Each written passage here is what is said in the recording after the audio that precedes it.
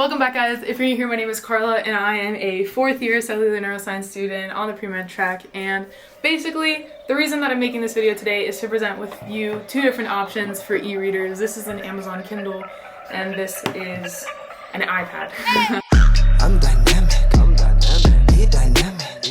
Today I'm just going to talk about briefly what's the difference in, getting an e-reader, like getting the Kindle, which is right here, very portable, very elegant, or getting an iPad, which is a lot larger, but equally as elegant at any rate. So yeah, this is like the video I wish I would have had when I was gonna buy these devices, because I was really apprehensive to purchase them since they can be quite expensive sometimes. But I'm gonna let you know kind of what the scoop is on how I use them, and I'm gonna let you know which one, kind of what I use each one for, because I don't actually use them for the same purpose. Maybe this can give you an insight into if you should purchase these items or not, based on what your preferences are and what your necessities are. So let's get started. First of all, the Amazon Kindle. This is an excellent product. I think it's a very simple design. I think it really gets the job done. And essentially what I use the Amazon Kindle for is to read novels, fiction books. But overall what I use it for is leisure reading. So I don't necessarily do leisure reading on the iPad. I'm gonna explain to you why. So the Amazon Kindle is incredibly portable. You could put it in a back pocket. You could put it in your purse. You could put it in your backpack. You could hold it. But that's beside the point.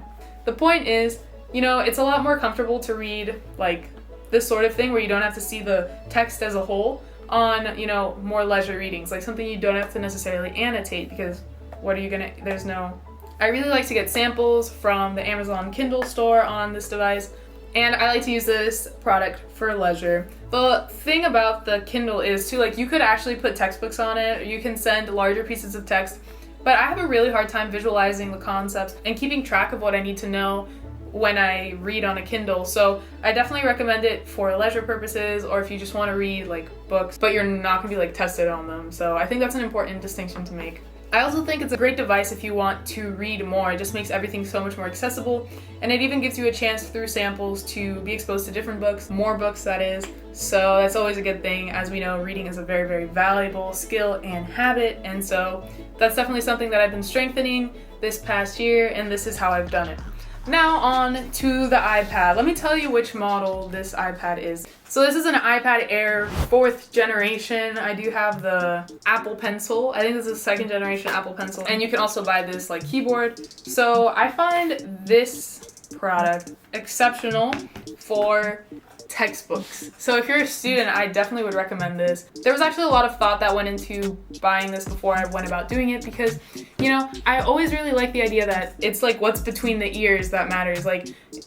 Everybody talks about how highlighting and notes and all this is not necessarily important. It's not the most productive study habit or whatever, but I just always thought that scholars have been using paper and pen, and if not, they were using dictation. So it didn't really matter if I had this tool or not. But then what kind of made me change my mind is one of my friends. She introduced me to the iPad Air, and she had actually tested the iPad, the 12-inch iPad Pro and the 11-inch, so the bigger and the smaller sizes. They're the most advanced models of the iPad that Apple has available.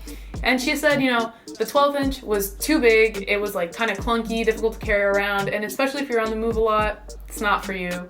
Then the 11th inch was alright, but you could basically do the same thing with the Air. So I went about getting the Air, and I absolutely love it. I'm going to show you basically one of my textbooks on here.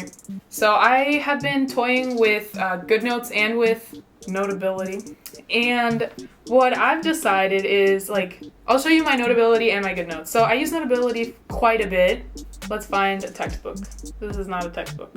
Alright, I found a textbook. So I find that editing textbooks, writing on textbooks, is an excellent choice. Also, with the iPad Air, you can have a pen or stylus or just a method of writing, as opposed to the Kindle, which I think has a notes option. Don't quote me on that, but I didn't find it very useful, so I don't even know what type of features it has in this capacity, because it's just really not necessarily accessible.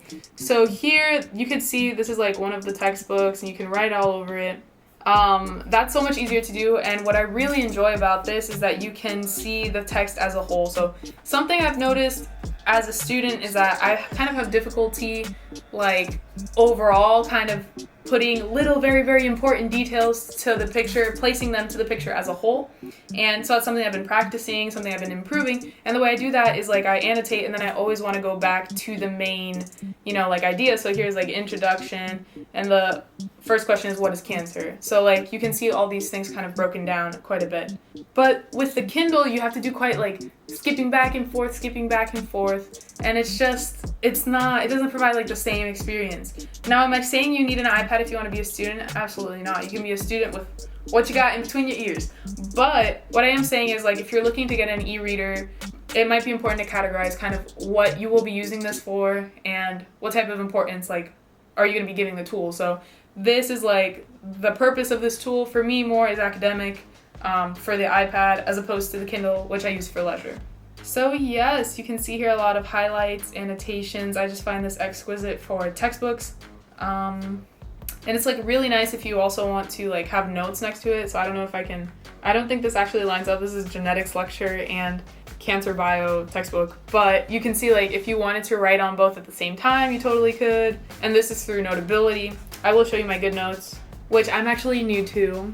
So maybe I should make a video about this separately, discussing how I use the iPad for, you know, students. Let me know if you're interested in that. But basically, I also do, like, readings here for, oh no, I turned it off. Sorry about that. So I also do readings here for classes. Sometimes they'll give us the PDF, sometimes we have to get a book. And if we have to get a book, at the moment I've been opting for the paper version just because I realize that I'm more of a tactile or, like, kinesthetic learner. But I also get a lot of utility from highlighting and having all of this, like, readily accessible in one device.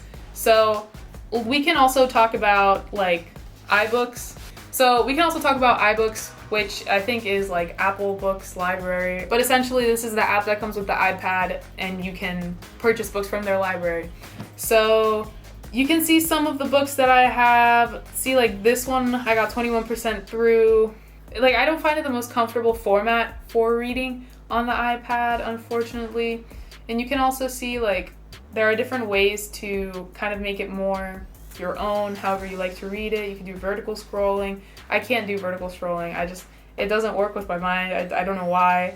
You can also change the fonts, all of this, but I like to be able to see kind of, like, the pages overall. And I think if you're a student, it's important to know what works best for you. So definitely toy around with these ideas. You know, challenge me if you don't find this is, like, that way that has linked up for you. I'd love to hear about it in the comments. Here you go. Now you got the scoop on the iPad as opposed to the Kindle. And yeah, thanks so much for watching. I'm gonna use this time to plug in my bi-weekly newsletters. So I've been writing a newsletter that I send out once every 2 weeks, and I talk about topics such as, you know, reading, which I find incredibly valuable. I also do productivity tips, different perspectives on life, and all of these sort of contemplations. So if you're interested in getting this in your email, join the crew. I'm telling you, it'll be fun.